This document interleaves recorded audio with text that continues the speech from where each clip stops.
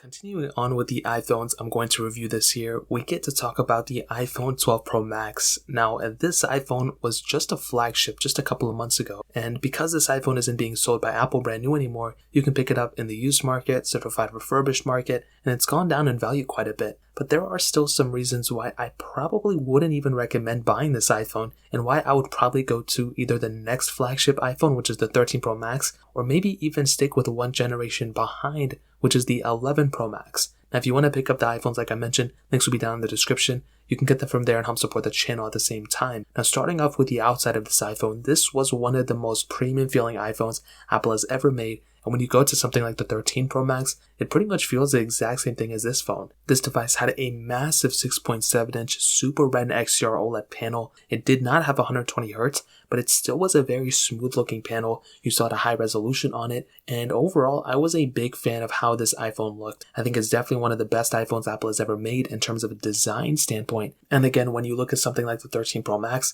it's pretty much in the same body as this, so it's really not even that big of a difference if we're going to be completely honest. Now, we do have that lightning port at the bottom, which is good. No headphone jack or anything, but we're all pretty much used to it by now. And on the back, we had the frosted glass back. We had wireless charging, and we had this new thing called MagSafe charging, which got brought back on these iPhones. And I was definitely a huge fan of the body of this device. And when I first saw it, I loved the flat sides that came back on this iPhone, which we're kind of used to now because I kind of skipped over it. And it had that really great frosted glass back that I loved from the iPhone 11 Pro series. And definitely when you're looking at an iPhone like this, Apple did a really good job with the design. The cameras looked great, the build quality looked amazing, and overall, it was one of my favorite looking iPhones for sure. Now, it did have that camera setup, which we'll go and hit on right now. It had a triple camera setup on the back with that LiDAR sensor. So it had a 12 megapixel wide angle lens, 12 megapixel telephoto lens, then a 12 megapixel ultra wide sensor, and it also had that LiDAR scanner on the back as well, which was another big asset for this type of device. Like I mentioned, when you're getting an iPad like this, when you're getting an iPhone like this, you are getting a camera on this thing that is still so good, and it's going to be amazing for the next 30 years.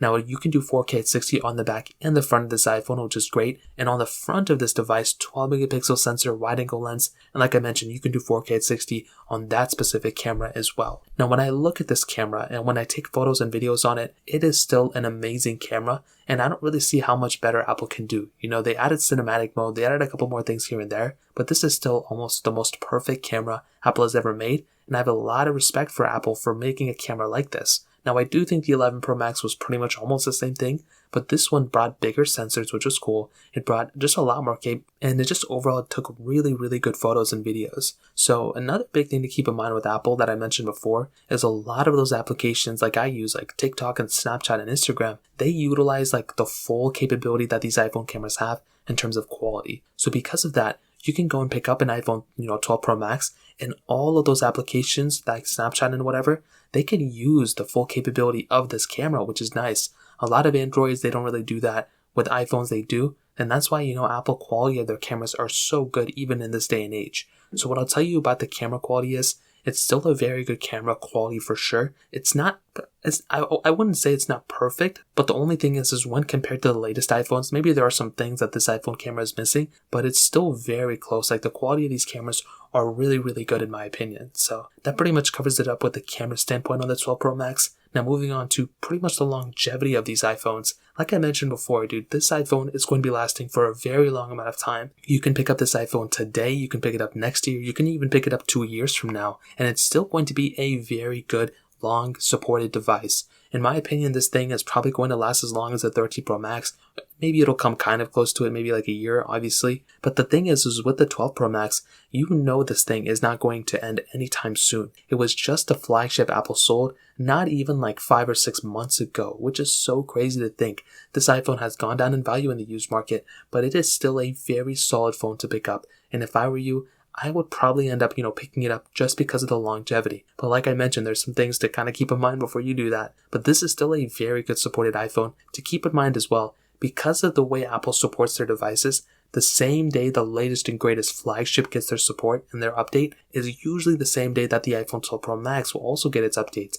As long as this phone is supported, you are almost getting the same day updates on both of these devices, which is so crazy to think. So when it comes down to that, I am a big fan of the 12 Pro Max because of its longevity and even in the performance factor as well. I mean, this thing has that Apple A14 Bionic chip inside of it, and it has 6 gigabytes of RAM. This was the first iPhone to bring 6 gigs of RAM, this and the iPhone, 12 Pro. And like I mentioned before, this is still a very, very good performing iPhone. The only differentiating factor between the 13 Pro Max and this one that I was able to find is quite potentially the 13 Pro Max does have that ProMotion display. So everything seems and looks much smoother on something like the iPhone, 13 Pro Max than on the 12 Pro Max. But even at that point, the iPhone 12 Pro Max is still a very, very good performing iPhone. If you're doing like very basic applications and very basic tasks like that, then this iPhone is going to be able to handle it without a doubt. It's a very, very good performing iPhone. However, if you're trying to, take it up a notch and you're actually going through and you're actually trying to get an iPhone that, is a little bit better here and there, this iPhone is going to be able to handle it. Like I mentioned before, this is a very, very, very solid performing device,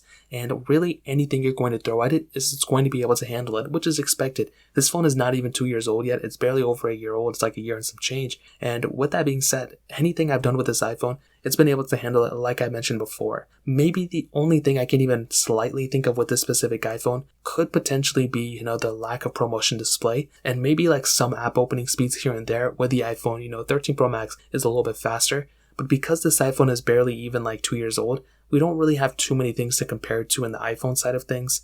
With the Android side, it's a little bit different, which I won't even go there right now. But with the iPhone side, this is still a very good performing iPhone, and I'm a humongous fan of it for sure. However, I saved the best for last. The battery life on this iPhone and the battery health of these iPhones are the most, weirdest things that Apple's ever done in my opinion, and this has totally kind of soiled the iPhone 12 lineup as a whole. So the iPhone 12, 12 mini, 12 Pro, and 12 Pro Max, as far as I know, have some massive battery degradation that Apple still really hasn't fixed. It's either the battery health is messed up or the calculation that Apple is doing is messed up. Now I will be honest, I don't think it's with every iPhone 12 Pro Max. So if you're getting a 12 Pro Max, maybe you'll be perfectly fine. But on my iPhone 12, I didn't have this issue, but my 12 Pro, I had some massive battery degradation on that device. And because of that, and because of the research that I've done, it looks like a lot of other people are also experiencing this issue as well. And because of that, I just don't really feel too comfortable recommending this iPhone to people unless they know what they're kind of getting into. So what I'll tell you is if you kind of know what you're doing, and if you're, kind of comfortable, messing around with your iPhone and all this stuff, and you don't think you're going to mess up the battery health on your iPhone, then I think this is going to be fine. It still has a 3687 mAh battery, which is a big size battery for sure, but you do have to keep in mind that with something like the iPhone 13 Pro Max, that's a bigger size battery, but the 12 Pro Max battery size is still good. It's just the battery health that kind of freaks me out. So again, if you don't really care, then I would say buy this phone. But if you do care about your battery life and battery health, I would probably recommend going for the 13 Pro Max or for the 11 Pro Max because of that. And that kind of takes me to the end of this video. This iPhone was like almost the perfect iPhone in so many different ways.